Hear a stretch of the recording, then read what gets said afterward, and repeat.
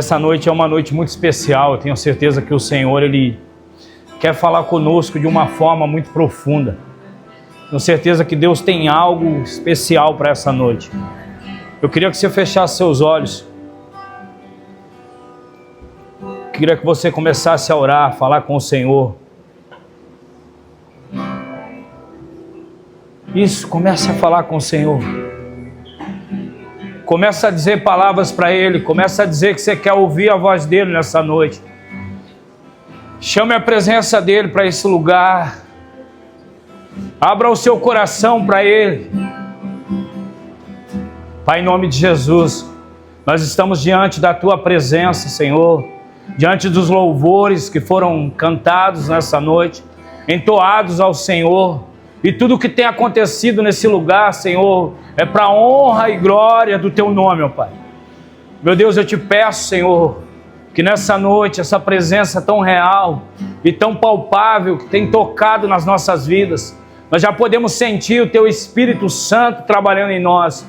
Meu Deus, gere em nós um despertamento para entender aquilo que o Senhor quer fazer nesse tempo. Gere em nós, Senhor, um avivamento pessoal e coletivo, como igreja, para viver os Teus propósitos, para entender, Senhor, que o Senhor tem um tempo específico preparado para as nossas vidas e há um propósito determinado para cada um debaixo do céu, Senhor. Meu Deus, é que nessa noite a Tua palavra nos encontre sedentos, encontre o nosso coração amolecido para receber aquilo que o Senhor quer dizer ao nosso coração. Senhor, que os nossos ouvidos não estejam impedidos de ouvir a Tua palavra, Senhor.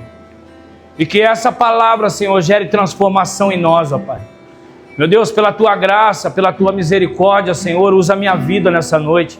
Meu Deus, abençoa a vida do Eric, Senhor. Nos abençoa nessa missão, nessa noite. E que a Tua palavra produza o resultado, Senhor, para a qual ela está sendo enviada, ó Pai. Em nome de Jesus, ó Pai. Nós pedimos e Te agradecemos. Você pode aplaudir o Senhor fortemente. Você pode dar um glória a Deus bem alto e bem forte. Diga glória a Deus. Não está tão forte como deveria estar, mas está. Vocês vão melhorar em nome de Jesus, amém? Pode tomar seu assento, por favor, pode se assentar. Glória a Deus. Muitos irmãos estiveram impedidos de estar aqui hoje, tiveram alguns impedimentos, mas eu creio que o Senhor preparou esse tempo para nós, amém? Glória a Deus. Lucas capítulo 24, versículo 13 em diante. Uma passagem conhecida pelos irmãos, a gente sempre fala dela aqui, mas o Senhor quer trazer algo para as nossas vidas nessa noite.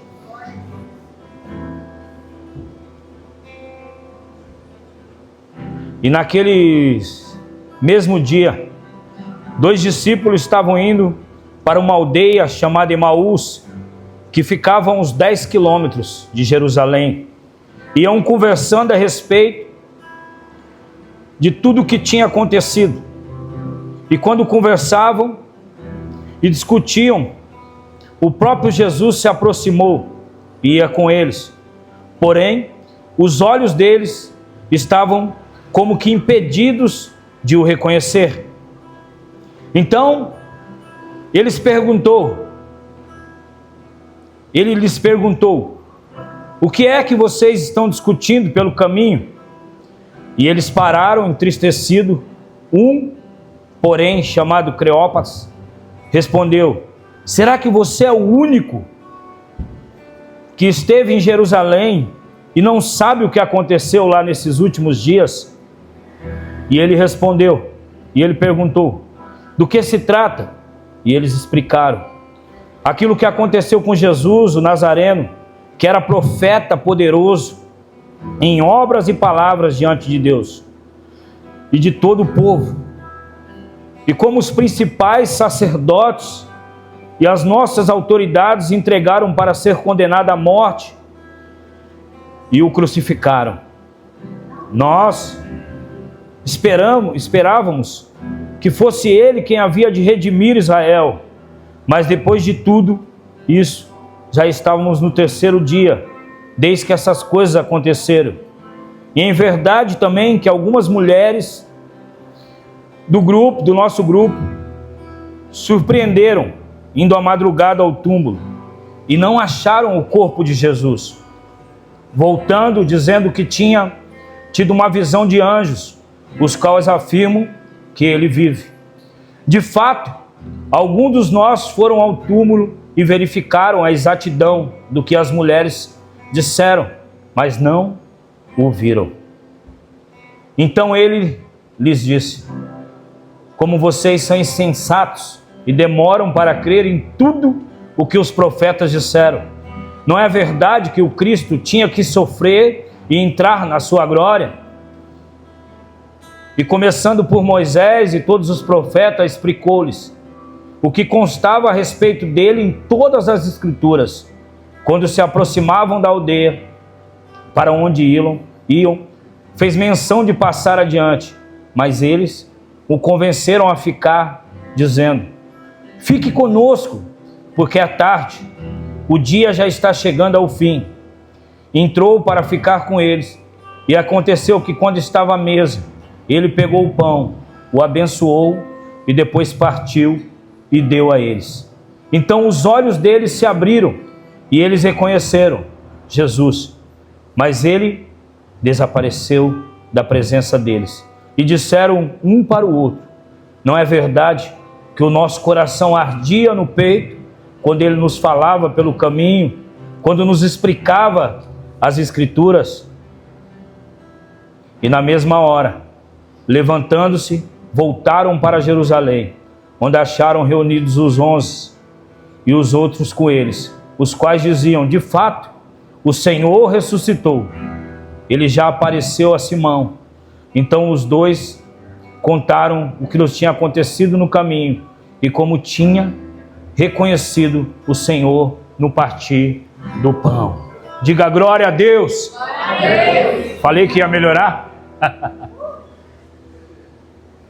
Irmãos, nós começamos a ver a história, 2 discípulos caminhando. E esses 2 discípulos não era um dos 12, mas provavelmente um dos 70 discípulos de Jesus. Os 11 discípulos estavam reunidos na casa, Judas tinha vendido Jesus. E ali estavam os 11 discípulos, e esses 2 discípulos que caminhavam ao caminho de Emaús, da aldeia chamada Emaús, esses 2 discípulos estavam desacreditados do propósito. Esses 2 discípulos, eles não acreditavam mais que algo poderia ser mudado. Eles acreditavam que tudo aquilo que foi anunciado pelos profetas, tudo aquilo que foi anunciado pelos homens de Deus e tudo aquilo que Cristo pregou para eles tinha se acabado. E eles estavam desistidos no seu propósito. Uma vez eu ministrei essa mensagem e o tema dessa mensagem foi achados no caminho da desistência. E hoje, quando eu estou ministrando essa mensagem, quando eu estava preparando essa mensagem por esses dias, o Senhor me deu um tema: o caminho do encontro. E aí eu falei: Senhor, eu não era o caminho da desistência, agora é o caminho do encontro. E aí eu comecei ali a ter o meu tempo com Deus, a falar com Deus, a se relacionar, a perguntar algumas coisas para Deus e outras coisas esmiuçar e procurar dentro daquilo que está disponível para nós como estudo. E uma das primeiras coisas que o Senhor disse: nós precisamos reconhecer Jesus como igreja.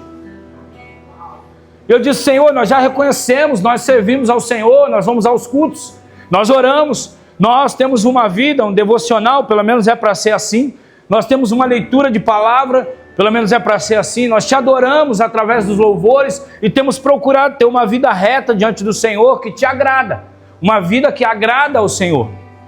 Mas aí o Senhor disse: é muito mais além do que isso, não é sobre andar comigo,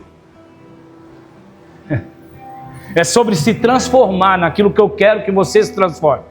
O Evangelho é uma transformação. Nós fomos chamados para ser transformados por Cristo Jesus. Se você está aqui nessa noite, se você entrou pelaquela porta, Deus tem te chamado para uma transformação. E essa transformação não é a transformação de um dia, é uma transformação diária. Todos os dias nós somos transformados em Cristo Jesus. Esses caras andavam com Jesus, caminharam com Jesus, presenciaram alguns milagres. Mas quando veio o desafio, quando eles encontram Jesus, não sei se você pode entender isso, mas quando eles encontram Jesus, na beira do caminho, Jesus ressuscitado, a Bíblia diz que os olhos deles estavam impedidos de reconhecer quem era Jesus.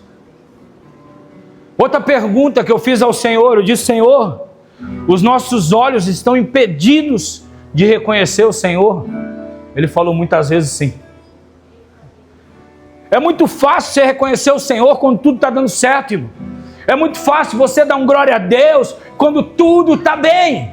Então, glória a Deus, está tudo bem, o seu emprego está bem, o seu carro está bom, a sua conta no banco está boa, as suas contas estão em dia, a sua família está bem, não tem nenhuma doença, não tem ninguém desempregado, todo mundo está vindo para a igreja adorando a Deus. Você chega na sua casa, você encontra tudo em ordem. É muito fácil reconhecer Jesus nessa situação. Mas é aí que o Senhor está nos dizendo que aqueles homens passam por um momento em que Jesus consolida o seu propósito de morrer e ser crucificado. E ali Jesus é crucificado, e no terceiro dia, aqueles homens têm um relato das mulheres, mas as mulheres naquela época, elas não tinham voz. As mulheres naquela época, o testemunho de uma mulher não poderia ser contado diante de uma igreja. O que a mulher falava não tinha crédito naquela época. Glória a Deus pela vida das mulheres que estão aqui. Hoje tem muito crédito. Vocês conquistaram o espaço de vocês. E glória a Deus por isso. Pelo menos nessa igreja. Ainda tem igreja que mulher não prega, que mulher não sobe no altar, viu? Ainda tem, irmão. Aqui os pastores aqui têm misericórdia, deixa as mulheres subir. Então naquela época as mulheres não tinham essa voz. Então o fato das mulheres dizer não era algo que era reconhecido diante das autoridades, diante dos homens, diante das pessoas que estavam ali presentes. Então ele disse: as mulheres contaram, algumas das mulheres foram lá e viram. E outros foram lá comprovar. E realmente tem uma exatidão naquilo que elas falaram. O que elas falaram está comprovado. Mas ele morreu. Para onde os desafios têm te levado? Para onde os desafios têm me levado?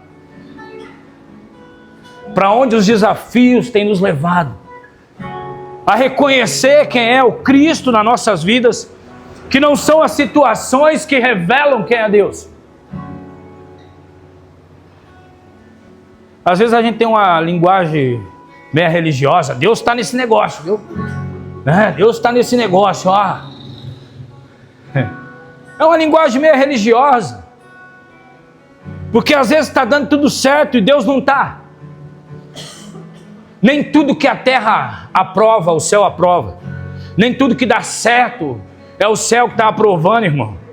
E nem tudo que está dando errado é o céu que está reprovando. Está entendendo?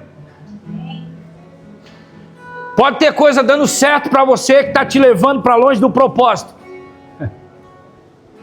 E pode ter coisa dando errado que está te trazendo para perto de Deus.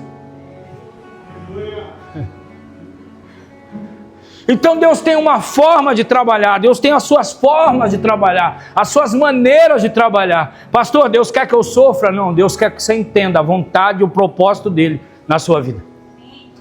E eu não sei de que jeito que ele vai fazer isso, irmão. Mas quando nós levantamos a mão e quando nós declaramos que ele é o Senhor da nossa vida, é ele que governa. E não é sobre entender o que está acontecendo, é sobre viver aquilo que o Senhor quer que nós vivamos diante da sua poderosa e potente mão e a sua vontade. Aleluia.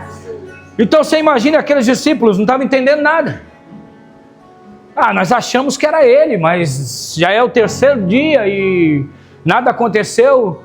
A gente está indo para a ilha de Emaús. Emaús era um lugar de águas termais. Era conhecido como um lugar de cura. As águas de lá eram águas quentes e algumas pessoas acreditavam que aquelas águas tinham o poder de curar. E em Águas de Lindóia, se eu não me engano, eu viajei para lá e tem uma praça no centro da cidade, é considerada uma cidade vulcânica. É em Águas de Lindóia, né? Águas de Lindóia, não é isso? É isso. Me ajuda? Obrigado, viu, pela ajuda. Deus abençoe. E aí, a água sai ali quentinha, irmão. É muito, muito lindo isso. Sai quentinha. Tem outro lugar que tem uma fonte que a água sai gelada. Gelada mesmo, não é fria, igual você pega numa bica, é água gelada. Então algumas pessoas passam por ali, pegam aquela água, alguns para fazer tratamento de rim, e alguns para passar nos olhos, em Águas de Lindóia. E Emaús era uma aldeia mais ou menos assim, uma aldeia de águas termais. E aqueles discípulos estavam indo totalmente contrário ao propósito que o Senhor tinha para a vida dele. E aí eu vendo isso, eu vejo cada um de nós, que muitos de nós estávamos indo totalmente contrário ao propósito que Deus tinha para a nossa vida. Mas aí no meio do caminho, nós encontramos o Cristo ressurreto. E aí, por um período, nós passamos aquele período que nós não entendemos alguma coisa, não entendemos algumas coisas. O pastor pregou isso, mas não entendi. O profeta orou por mim, mas eu não entendi. Eu estou passando uma prova no serviço, mas não estou entendendo. Nós não conseguimos enxergar Jesus no caminho. Nós não conseguimos enxergar Jesus no processo. E aqueles discípulos estavam passando por um processo, num caminho contrário ao propósito, mas nesse caminho contrário ao propósito eles encontram um Cristo, o Cristo que eles andavam, o Cristo que eles eram discípulos. Mas esse Cristo era o Cristo ressurreto. Era o Cristo que tinha ressuscitado. O que eu quero dizer para você nessa noite, o Cristo que você encontrou, que Ele te encontrou no meio do caminho, porque não foi aqueles discípulos que encontraram Jesus, foi Jesus que encontrou aqueles discípulos. Não foi você que encontrou Jesus, não falou, eu encontrei Jesus. Foi Jesus que te encontrou no meio do caminho, foi Jesus que te encontrou na sua dor, foi Jesus que encontrou no seu pior dia, e Ele chegou e liberou palavras sobre a sua vida, e por alguns momentos talvez você não entendeu. E talvez até hoje você não esteja entendendo algumas coisas. Porque nós não enxergamos o que o Senhor quer fazer nesse tempo, porque os nossos olhos estão impedidos de enxergar e os nossos lábios estão comprometendo o propósito. Os lábios daqueles discípulos comprometiam o propósito. Cada um que eles encontravam no meio do caminho, ele perguntava, o que aconteceu? Deu tudo errado, ele morreu, ele não ressuscitou. O que você tem dito a respeito de Cristo? O que a sua vida revela a respeito de Cristo? Quem é você diante das pessoas? Quem é você diante das mesas? Quem é você no meio da sua família? Não é quem é você sentado no meio da igreja, mas quem é você nos lugares aonde você se relaciona. Eu imagino as pessoas encontrando aqueles discípulos e dizendo, ei, o que aconteceu?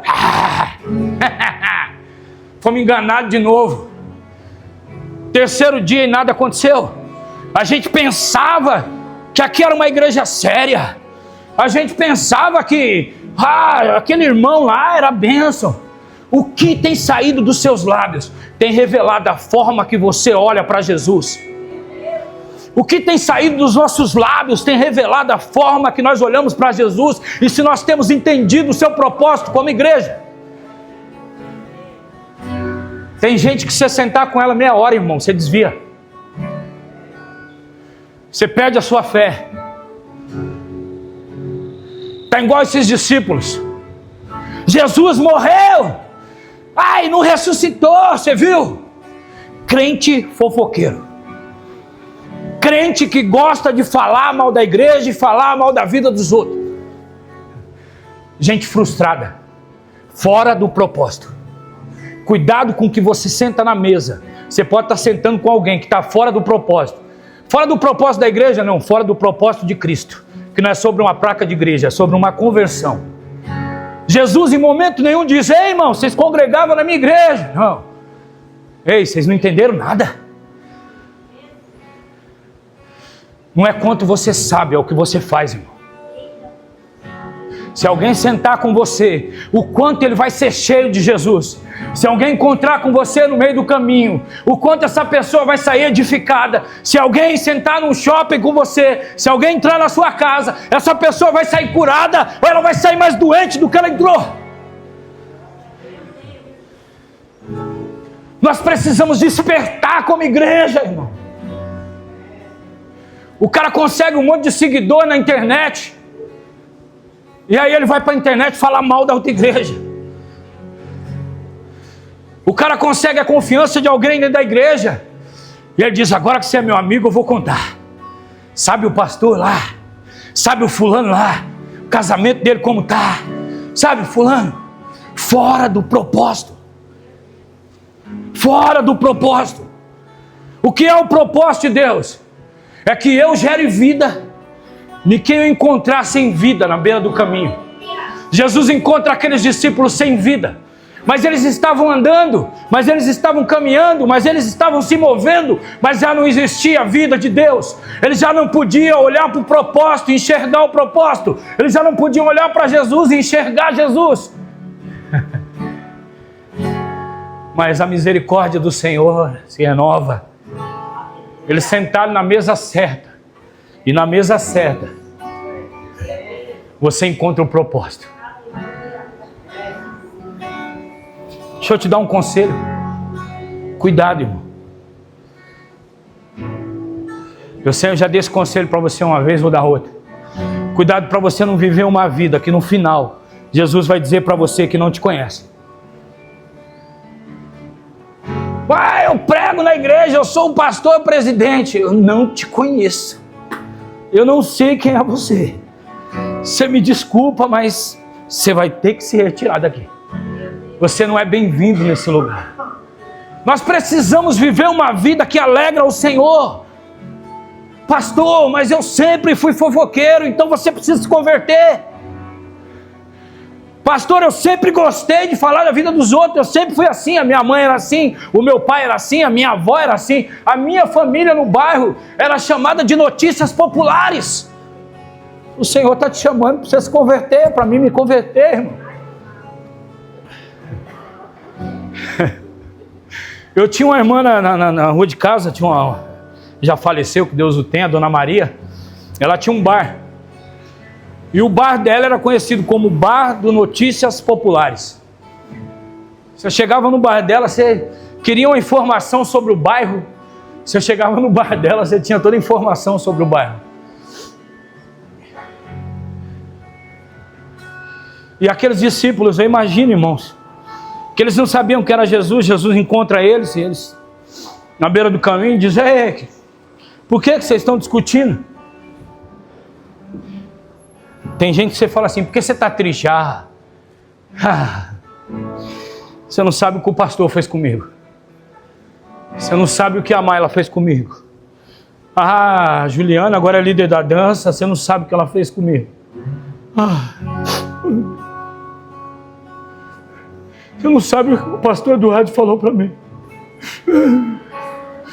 Mas eu vou te contar, viu? Aí para de chorar.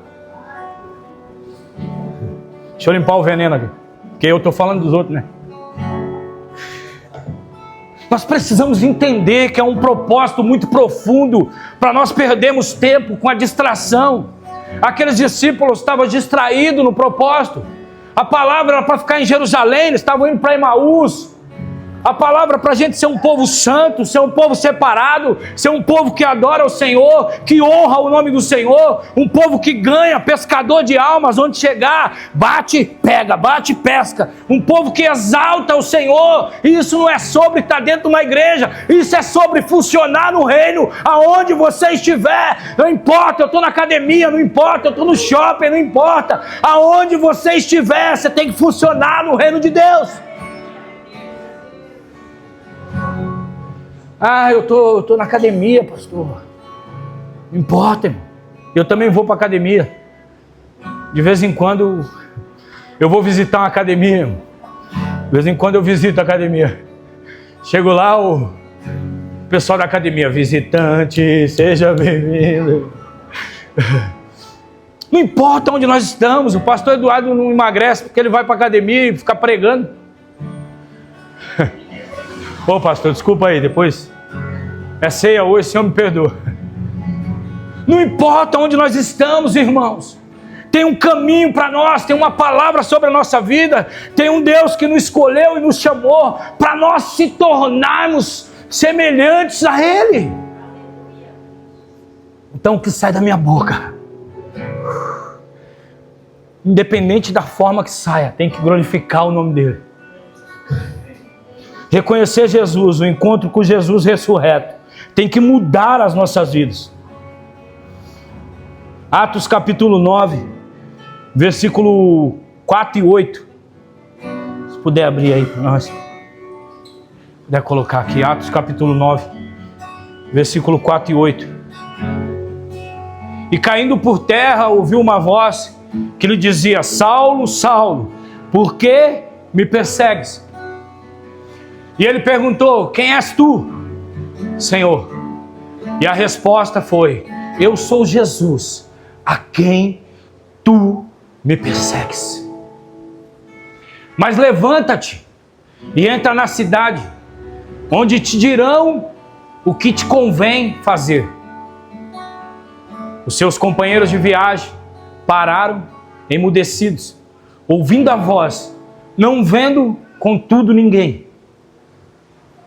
Então se levantou Saulo da terra, e abrindo os olhos, nada podia ver. E caindo-o pela mão, levantaram-no para Damasco. Levaram-no para Damasco. E esteve 3 dias sem ver, durante os quais nada bebeu e nem nada comeu e nem bebeu. Estou acelerado hoje, estou olhando de frente para trás. Outro cara encontrado no meio do caminho, Jesus encontra.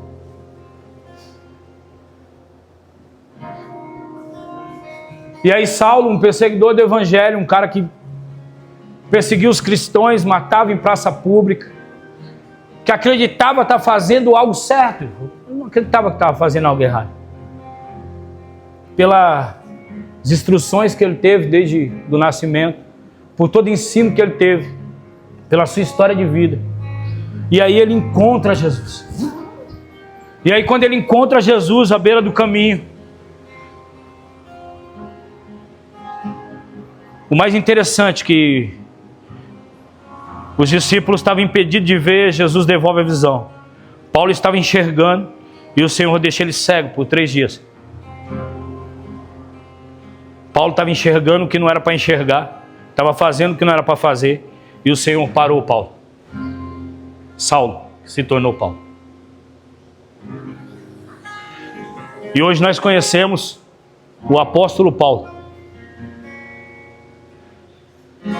Teve transformação, teve mudança, teve um encontro duradouro, teve um encontro de dias. Foi um encontro. Nós como igreja precisamos entender que não é sobre um culto. Ah, hoje eu vou para o culto. Não é sobre vir por vir. Não é sobre fazer por fazer. Não é sobre tocar por tocar, não é sobre pregar por pregar. Tem algo muito mais poderoso, tem um propósito muito maior. Quando você sai da sua casa para vir para um culto, quando você sai de uma casa para se reunir numa igreja, você está num lugar onde a manifestação de Deus, no meio de um povo, vai estar. Pastor, Deus não fala lá na minha casa? Fala. Você ora lá na sua casa, Deus fala lá também. Mas quando nós se reunimos como igreja, quando nós se reunimos como um povo, com um só coração, voltado ao Senhor, a manifestação do Senhor, a sua palavra, nós precisamos voltar ao lugar do propósito. Nós precisamos ter sede, ter fome, ter desejo por Deus. Sabe quando você vai para um lugar que você gosta muito? Quando você vai para uma churrascaria, para um japonês, para algum lugar, que você não vê a hora de chegar. Você não vê a hora de chegar. Ah, tomara que chegue. Sabe quando você anseia pelo seu aniversário, pelo nascimento de um filho, pelo nascimento de um neto, por um acontecimento importante? Nós precisamos tornar os cultos ao Senhor um acontecimento importante, um encontro com Deus, um lugar do encontro, um lugar que eu venho para adorar, um lugar que eu venho para glorificar, um lugar que, independente de eu estar cansado, independente do estado que eu esteja, aquele lugar é o lugar em que eu escolhi para me relacionar com o Senhor, para estar na comunhão, para estar no partir do pão e adorar em espírito e em verdade, uma entrega sincera diante de Deus. Ufa! Deu a hora do culto. Ah, meu Deus. Irmãos, nós precisamos entender uma coisa, que nós somos seres humanos. E a nossa carne vai pedindo. Um friozinho desse, irmão, eu estava em casa. Um friozinho desse. Se você falar que você não queria ficar em casa, você está enganando. Você está me enganando aqui. Você está enganando você mesmo. Mas o nosso espírito precisa ansiar pelo Senhor. A nossa carne não quer jejuar. A nossa carne não quer orar, irmão. 3 horas da manhã, num frio desse, se você levanta para orar, você já subiu um nível, tá bem na foto com Deus. Você levanta cedo para ir para o monte, para ir para o vale, num frio desse, você está mostrando que você está vencendo a sua carne aí.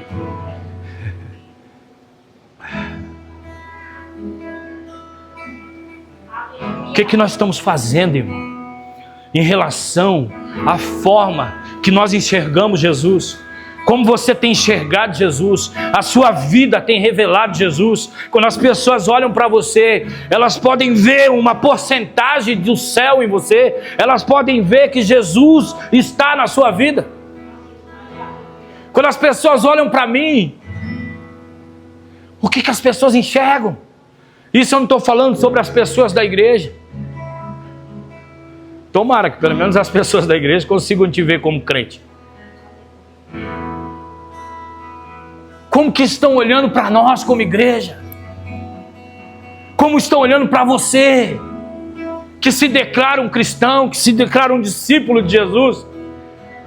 Alguém que tem um discurso de derrota, alguém que tem um discurso de que nada dá certo, tudo acabou, você viu isso, você viu aquilo, o que tem saído dos teus lábios, o que você tem anunciado.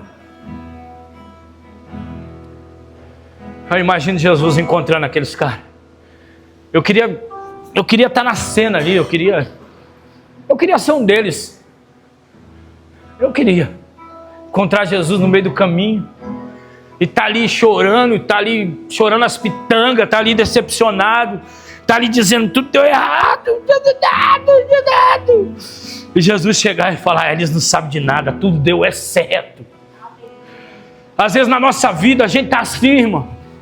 Não, porque tudo está errado, porque você viu aquele emprego lá. Não, porque você viu Jesus, você viu Jesus. Olha aquele carro que eu tanto sonhei. Esse ano eu falei que ia emagrecer. Jesus, você viu Jesus, eu não emagreci. A gente se decepciona com cada coisa. A gente se distrai, olha para outros lados. Deixa de olhar para o propósito, porque alguma coisa no meio do caminho interrompeu o percurso. A direção que nós estávamos seguindo, ela não está nos favorecendo. Eu preciso ser favorecido, as coisas precisam acontecer do meu jeito. Deixa eu dizer uma coisa para você, irmão.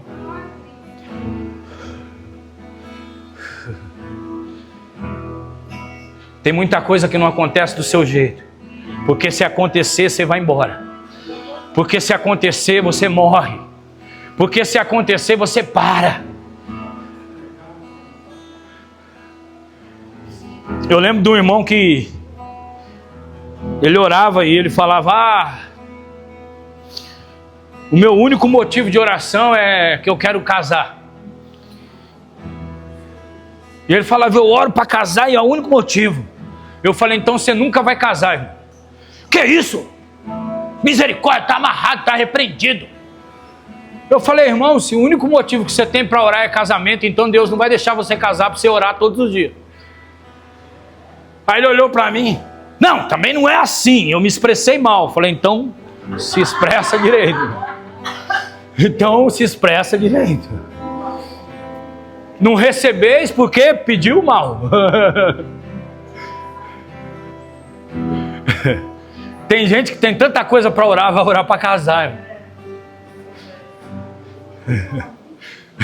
André, tá orando para casar, André? Não. Ô, Jesus. Os irmãos gostou disso. Dá glória a Deus aí, irmão.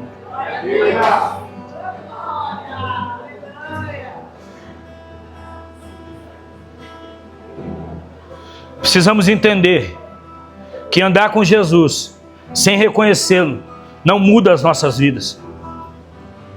Mateus capítulo 16, versículo 13 e até o 16 também. Vai pôr aqui também. Já?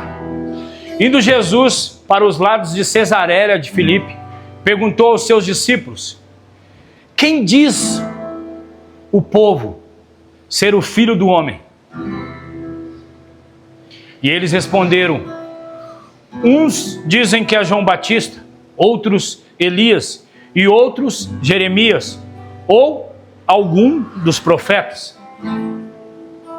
Mas vós, continuou ele, quem dizes que eu sou?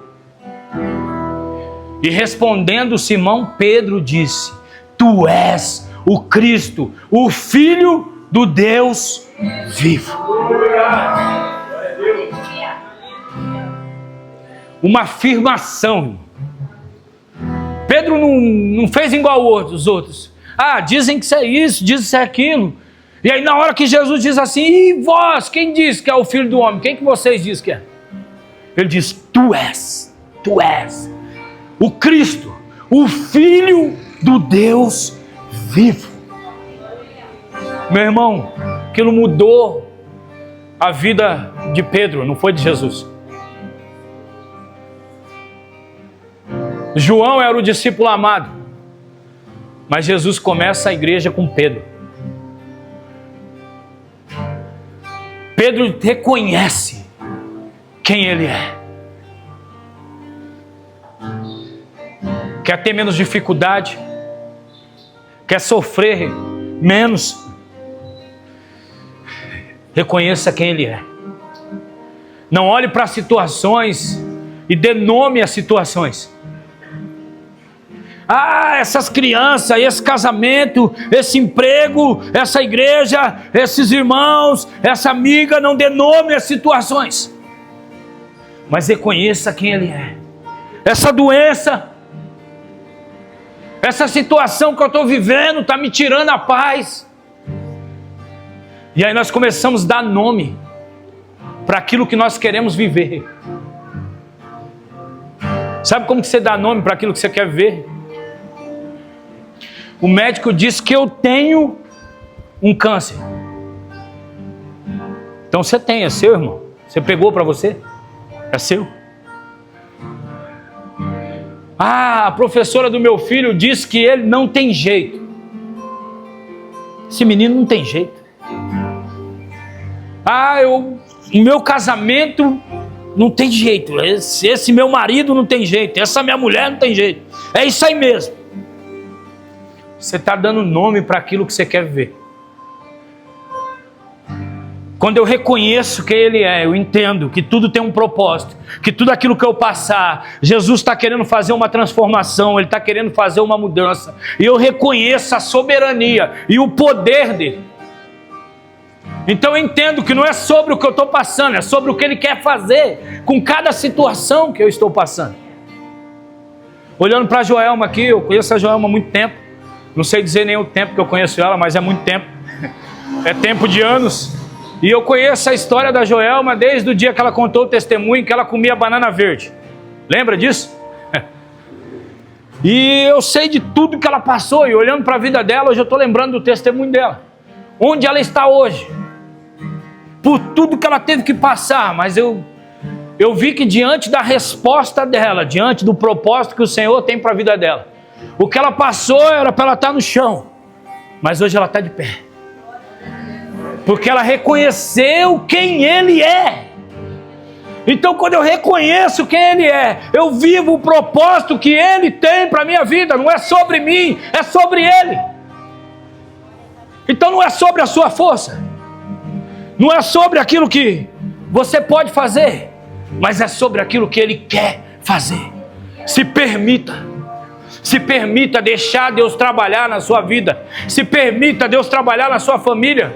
Se permita Deus trabalhar no seu casamento, Deus trabalhar na sua saúde, Deus trabalhar nas suas finanças, Deus trabalhar nos seus negócios. Se permita, reconheça quem Ele é. Expresse a sua fé diante dEle. Tu és o Cristo, o Filho do Deus vivo. Tu és o Cristo. Tu és o Cristo. E quando eu reconheço quem Ele é, tudo começa a mudar. Às vezes não muda rápido não, irmão, mas começa. Você começa a ver uns sinais, você começa a ver algumas coisas, Deus começa a mostrar algumas coisas para ver o seu nível de fé onde está. Porque Deus não faz nada de uma vez. Tem gente que quer que Deus faça logo, né? Deus sempre coloca um processo na nossa vida. Sempre. Porque Ele já não pegou e já falou para os discípulos, Jesus já chegou e falou, não, é eu que ressuscitei, acabou, pronto, eu estou aqui, né? E vamos embora, para de chorar, vamos voltar para Jerusalém. Não, tinha um processo. Eu vou ver onde esses caras vão. E aí, quando chega perto da casa, eles estão entrando, tchau, beleza? Falou, não, fica com a gente, fica com a gente. Você tem algo diferente. Tem gente que faz questão de você estar em alguns lugares. Tem gente que faz questão da tua presença. Não se gaba não, irmão, não é sobre você, é sobre o que você carrega. Minha maior alegria é quando alguém fala para mim assim, vai orar lá em casa, vamos orar lá em casa. Eu gosto disso. Eu gosto mais do que me chamar para comer. É sério, irmão. Eu gosto de comer, mas quando alguém fala assim, vamos orar lá em casa, eu queria que você fosse lá orar lá em casa. Ah, que alegria. Fala, Jesus, ainda eu sou útil ainda. Ainda eu posso fazer alguma coisa para o Senhor.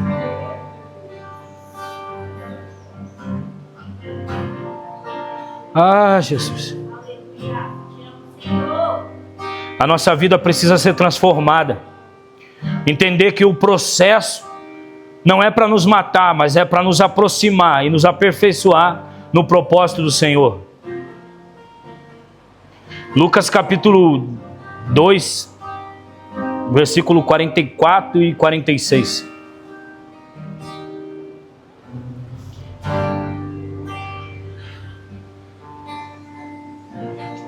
Pensando, porém, estar entre ele, os companheiros de viagem foram no caminho de um dia.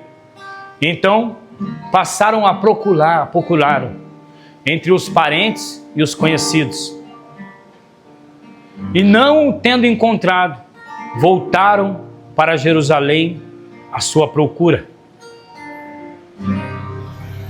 3 dias depois, o acharam no templo, assentado no meio dos doutores e ouvindo, interrogando-os. E todos o que ouviam, muitos se admiravam da sua inteligência e das suas respostas. Logo que seus pais o viram, ficaram maravilhados. E sua mãe lhe disse, filho, por que fizeste assim conosco? Teu pai e eu, aflitos, estávamos à sua procura. E ele lhes respondeu, por que me procuráveis? Não sabeis que me cumpria estar na casa de meu pai? José e Maria estavam indo para a festa da Páscoa.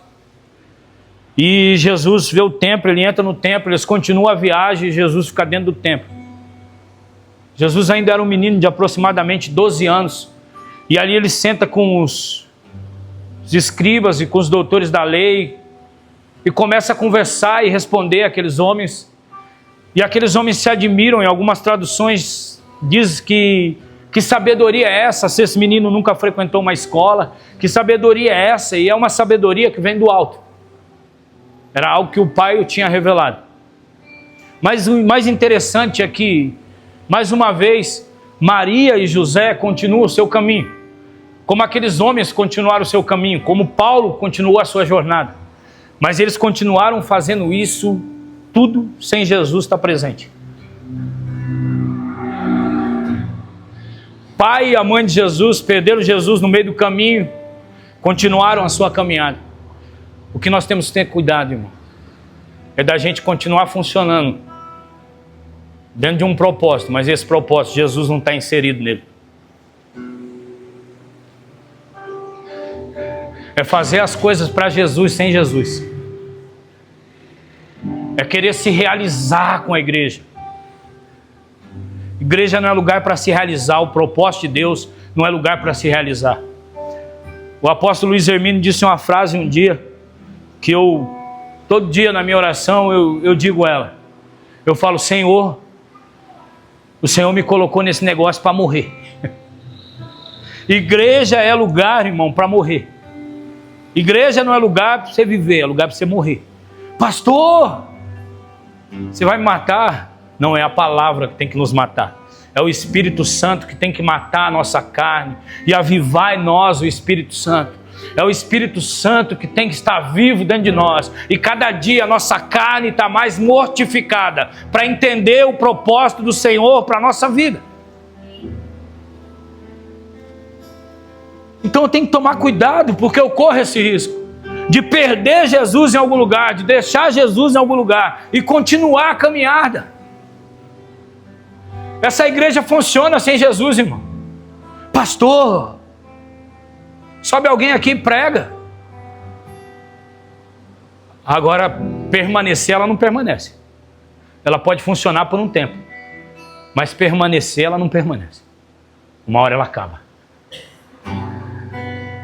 Então nós precisamos entender que eu posso funcionar no ministério por um tempo, mas vai chegar uma hora que vai acabar. Por quê? Porque a única fonte inesgotável é Jesus. O único lugar que todo dia está fluindo é nele. Então não importa se eu estou bem, não importa se eu estou ruim, não importa como eu esteja. O que importa é que eu esteja olhando para o propósito, entendendo que ele é o Cristo ressurreto, que é ele quem me levanta de manhã, que é ele que me traz para esse lugar, que é ele que põe as palavras no meu coração, na minha boca, que é ele que me deu os olhos, que é ele que me deu a boca, que é ele que me entregou tudo que eu tenho. Então tudo que eu sou é ele, por ele, para ele são todas as coisas. Pode aplaudir o Senhor se você quiser.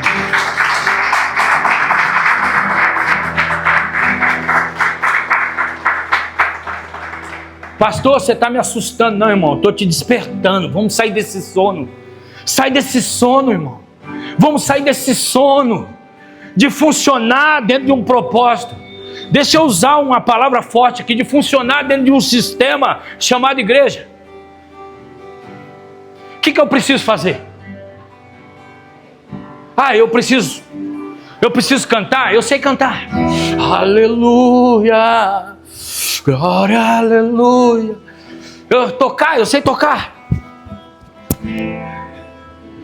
Pregar? Poxa, é comigo mesmo, pastor. Dá o microfone aí. Mexer no computador, mídia, ixi, rapaz, eu tenho curso disso aí. Dançar, rapaz, eu dançava na boquinha da garrafa, imagine para Jesus. Precisa se entregar não, irmão, pode ficar tranquilo. Fica tranquilo, as coisas velhas se passaram e tudo se fez novo, amém? Glória a Deus.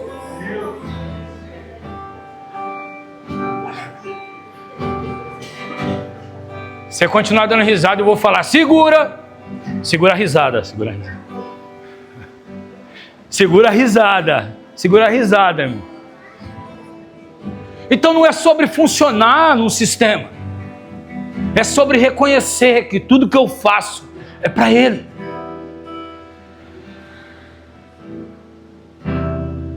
Então quando eu entendo que é para ele, não tem um peso. Quando eu entendo que é para ele, que não é sobre o reconhecimento de um pastor, de uma pastora. Eu vou na escola bíblica, o pastor Eduardo ficar contente. Não vem, irmão. Não vem. Você não está aqui para me alegrar, você não está aqui para alegrar ninguém. Você tem que entender o propósito que Deus tem para a sua vida. Eu vou na escola bíblica porque eu quero aprender, porque eu quero conhecer mais Jesus, esse Jesus que me resgatou, esse Jesus que salvou a minha vida. Eu ainda estou muito raso, ainda tem algumas coisas que eu preciso me aprofundar. Eu quero cavar mais, eu quero me aprofundar mais, eu quero ler mais Bíblia, eu quero comer a Bíblia, eu quero fazer alguma coisa para Jesus, porque eu amo Jesus.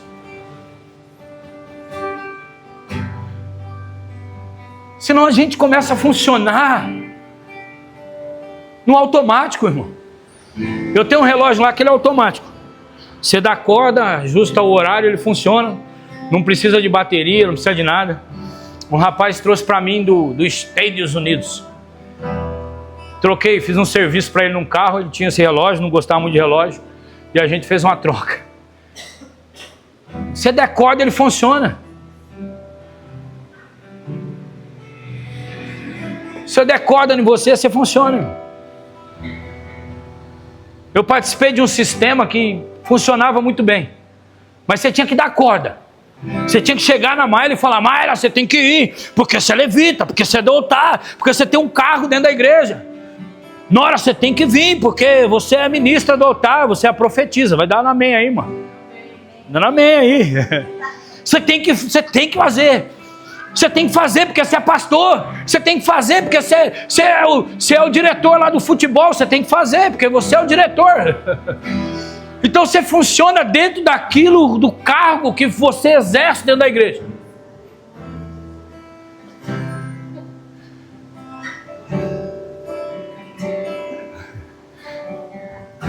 Não é sobre fazer, irmão. Não é sobre fazer. É sobre ser. É sobre se tornar. Os discípulos foram para Jesus e disse: Senhor, nos ensina a fazer milagre, nos ensina a pregar. Ele diz: nos ensina a orar. Nos ensina a orar. Como que ora? Pastor, eu não sei orar, não sei como que ora. Não tem vergonha de perguntar não, irmão. Pastor Eduardo, como que ora? Tati, como que ora? Paulinho, como que ora, Paulinho? Eu não sei orar, eu estou tentando, mas não estou conseguindo. Como que faz esse negócio aí? Não tenha vergonha de ser pequeno, irmão. Só não queira ser aquilo que você não é. Não esconda nada de Jesus. Mostre tudo para Ele. Mostre tudo para Ele. Senhor, ainda eu sou ruim. Ainda alguém me faz raiva, ainda eu sinto vontade de... se deixar eu pego se não me agarrar. Senhor, ainda se eu tiver a oportunidade de levar uma vantagem em cima de alguém, ganhar um dinheiro de uma forma ilícita, ainda eu me corrompo ainda, Senhor. Seja sincero diante de Deus. Senhor, se eu tiver uma oportunidade, deixa eu te escandalizar de vez, pronto. Se eu tiver uma oportunidade de adulterar, eu adultero ainda, Senhor. Porque ainda eu me corrompo ainda com essas coisas, ainda eu sou atraído. Senhor, se eu tiver uma oportunidade de enganar alguém, eu engano ainda. Senhor, ainda de vez em quando eu solto uma mentirinha, sem querer, sabe? Mas sem querer, sabe aquela aumentadinha? Sabe aquela aumentadinha que a gente dá? Que eu fui ali no futebol e fiz 10 gols. Fez só um. Não, que lá na empresa eu sou o chefe, eu ganho 10 mil reais. É o ajudante geral, nada contra o ajudante geral. Você vai ser chefe em nome de Jesus. Amém. Amém? Dá um amém aí, Igor. Nada contra a função, mas seja quem você é, irmão. Está entendendo? Não é menosprezando ninguém, mas seja quem você é diante de Deus. Permita o Senhor abrir os seus olhos. Permita o Senhor entrar dentro de você. Permita que o reino que está dentro de você se manifeste, salte para fora quando você abrir a sua boca. Seja quem você é. Deus, sabe como que eu estou? Eu estou assim, quebrado. Você chega, não tem coragem de falar para Deus quem você é. Encontra alguém na rua, tem que contar vantagem. Começa a ser de verdade, irmão, para você ver como sua vida vai mudar. Começa a ser de verdade. Pastor, você está me chamando de mentiroso? Se você se sentir assim, irmão, aí é você e Deus, não é eu. Começa a ser de verdade, sabe? Dá uma palavra, cumpre, fala, 8 horas eu estou lá. 8 horas eu estou lá. Eu não vou, não dá para mim ir, eu não vou. Estou com vontade de ir, ora por mim, porque eu devia ir, mas não estou com vontade de ir, não consigo ir. Você quer gerar uma transformação, você quer viver uma transformação? Você precisa reconhecer quem Cristo é, mas você precisa reconhecer quem você é. O Thales cantou uma música há muito tempo atrás, que quando ele lançou, logo em seguida aconteceu o que aconteceu no ministério dele. E essa música ele dizia: Pai, eu não confio em mim. E essa música escandalizou, porque muitos religiosos dizem: como que o cara canta uma música dessa? Pai, eu não confio em mim. E aí muita gente diz: que cara doido. E aí na sequência aconteceu o que aconteceu com o ministério dele. Hoje ele testemunha que foi proposital, que foi algo que ele fez para parar o ministério dele, que aquilo estava dando certo, mas estava levando ele para longe de Deus. E ele fez muitas canções proféticas, mas essa canção foi uma canção muito forte, muito profética. Davi caiu quando ele confiou nele mesmo.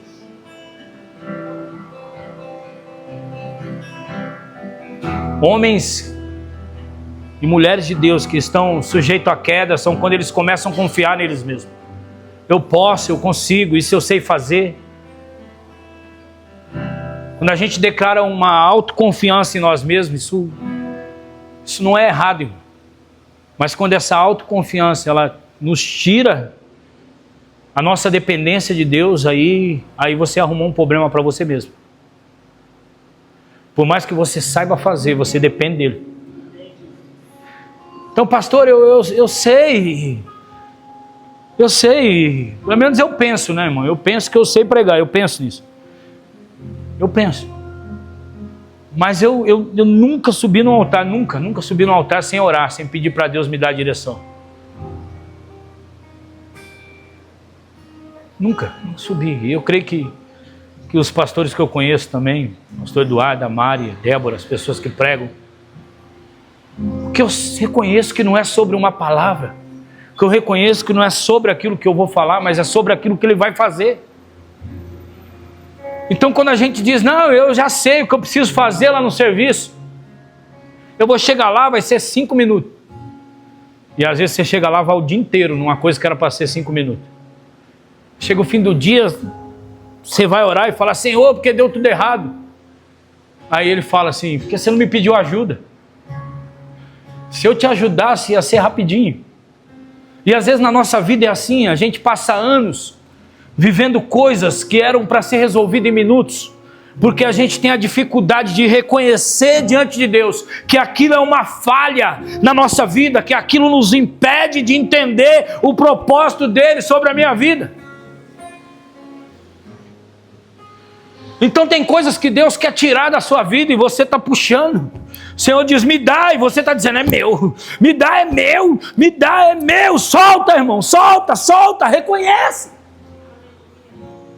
Pastor, você é melhor que eu? Não, irmão, eu sou pior que vocês. Talvez eu seja pior que você. Ou talvez nós estejamos no mesmo barco.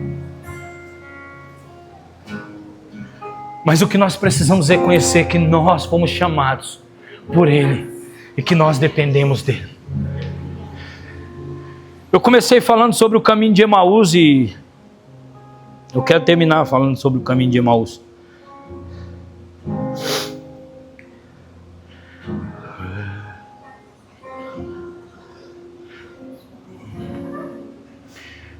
Só dar uma pinceladinha aqui.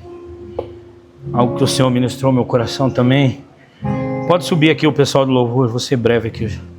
Mateus capítulo 14, do versículo 28 ao 31.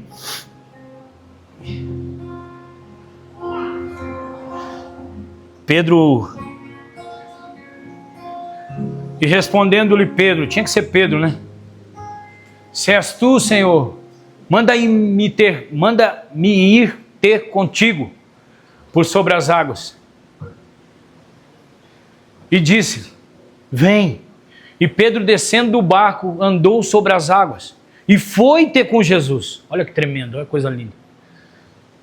E reparando, porém, na força do vento, teve medo e começou a afundar, a submergir, e gritou: salva-me, Senhor. Rapaz,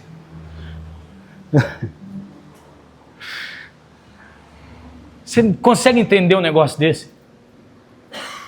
Dá para entender um negócio desse? Pedro reconhece Jesus, alguns, um fantasma. Pedro diz: é Jesus, irmão, lá. É o Senhor, é. Então o Senhor, tá. Pedro era ousado demais. Ele diz: então, deixa eu andar sobre as águas, se é o Senhor. Jesus fala: vem, irmão. Você quer andar sobre as águas? Anda. E aí Pedro está andando sobre as águas. Aí Jesus fala: vou mandar um ventinho lá para ver se esse cara está com essa fé toda mesmo. E aí vem um vento. E aí Jesus está aqui e o vento está vindo de lá. E aí Pedro está indo andando, olhando para Jesus e diz: olha, o negócio funciona. Eu estou andando sobre as águas. Jesus, eu estou andando sobre... O vento! Jesus, me salva! Jesus fala: Pedro, você está entendendo como que é, irmão? Quando você tira os olhos de Jesus, quando você deixa o medo se tornar maior que Jesus na sua vida, você deixa de viver o extraordinário. Deixa eu dizer para você, nós estamos sendo convidados nessa noite a viver o extraordinário. Ei, Pedro, vem sobre as águas, Pedro. E aí Pedro está olhando, dizendo: ei, Jesus, eu posso? Eu posso. Pisa um, eita, 2, 3. Aí vem um vento, Jesus manda um vento. Tem gente que começa assim. Ele diz: irmão, vamos, agora, pastor, bora. É na onde, pastor? É aqui, é para derrubar, para fazer. E aí vem o vento. E aí, vamos, irmão? Não dá, irmão.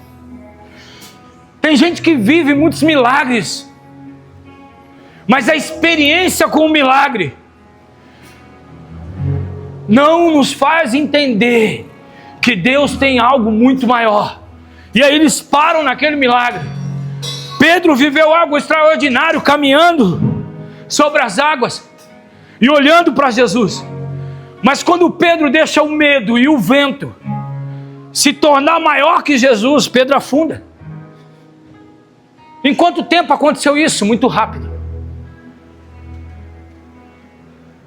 Alguns minutos. Pedro vive o ápice de andar sobre as águas. E aí, daqui a pouco Pedro olha para o vento. Pedro olha. E o medo enche o coração de Pedro. Ocupa o lugar daquela fé que o fez andar sobre as águas. E Pedro afunda. Ele diz: Senhor, me socorre. Estou com medo. Está com medo, Pedro? Por que você está com medo, rapaz? Eu não fiz você andar sobre as águas. Irmão, abra seus olhos. Viva o extraordinário. Tire o medo da sua vida, o que tem impedido você de viver o propósito de Deus. Ei, Jesus.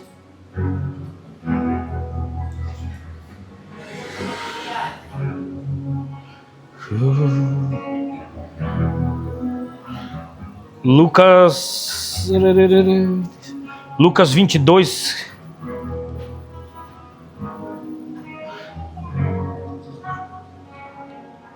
Lucas 24, 30. 22, né? 24, 30. E aconteceu que quando estavam à mesa, ele pegou o pão e o abençoou. Depois partiu o pão e o deu a eles. Então os olhos deles se abriram e eles reconheceram Jesus. Mas ele desapareceu da presença deles. E eles disseram um ao outro: não é verdade que o nosso coração ardia no peito quando ele nos falava pelo caminho, quando nos explicava as Escrituras? Eles encontraram Jesus no caminho, mas o propósito se revelou na mesa. O caminho é importante, a jornada é necessária, mas a mesa é fundamental para termos uma relação de intimidade com Ele. Pode se colocar de pé.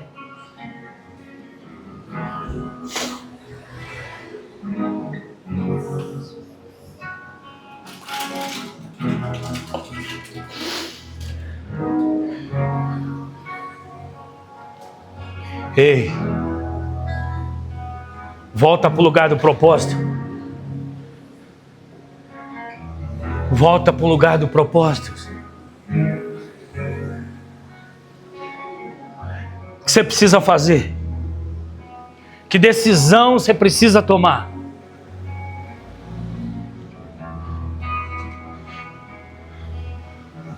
O que tem atrapalhado, vou falar de uma forma simples para você entender, o que tem atrapalhado a sua relação com Jesus?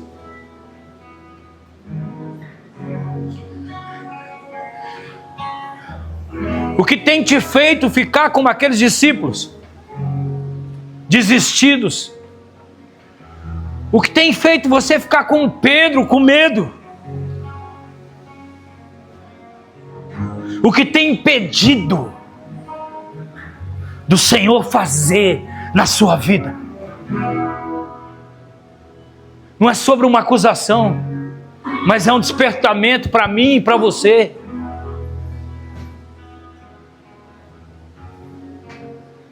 Aqueles discípulos, Jesus podia dizer: eu preguei para esses caras, eu falei para esses caras ficar ali e eles não ficaram.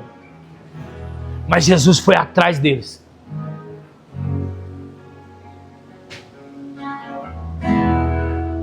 Podia olhar para Pedro e dizer: Pedro, você é teimoso, Pedro. Você vai se afundar agora. Mas ele pegou e agarrou Pedro e tirou Pedro do fundo do poço, do fundo do mar. Saulo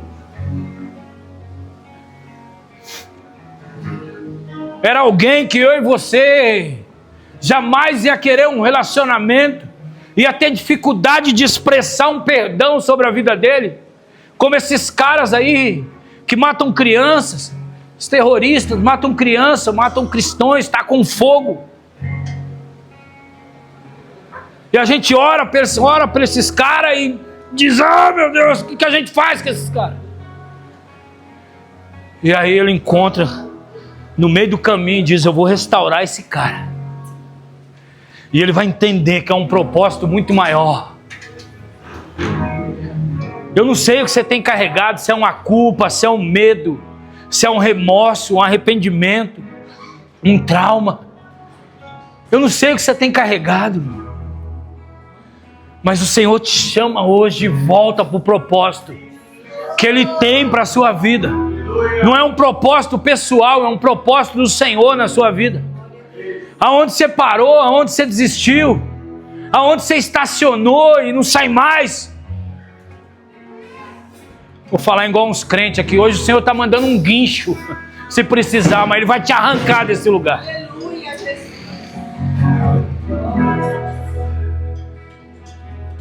Sai, irmão. Avança, voa no propósito. Viva aquilo que o Senhor tem para a sua vida. Vença o pior inimigo. O diabo não, você mesmo. A gente está lutando contra o diabo, irmão. Mas a nossa luta, a maior luta é contra você mesmo. É contra a sua própria carne. Sabe por quê? Agora eu finalizo, meu irmão. Porque o diabo não quer que você faça a vontade dele. Ele quer que você faça a sua vontade.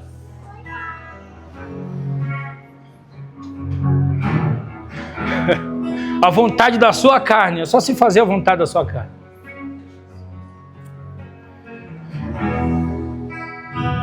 Ei, feche seus olhos.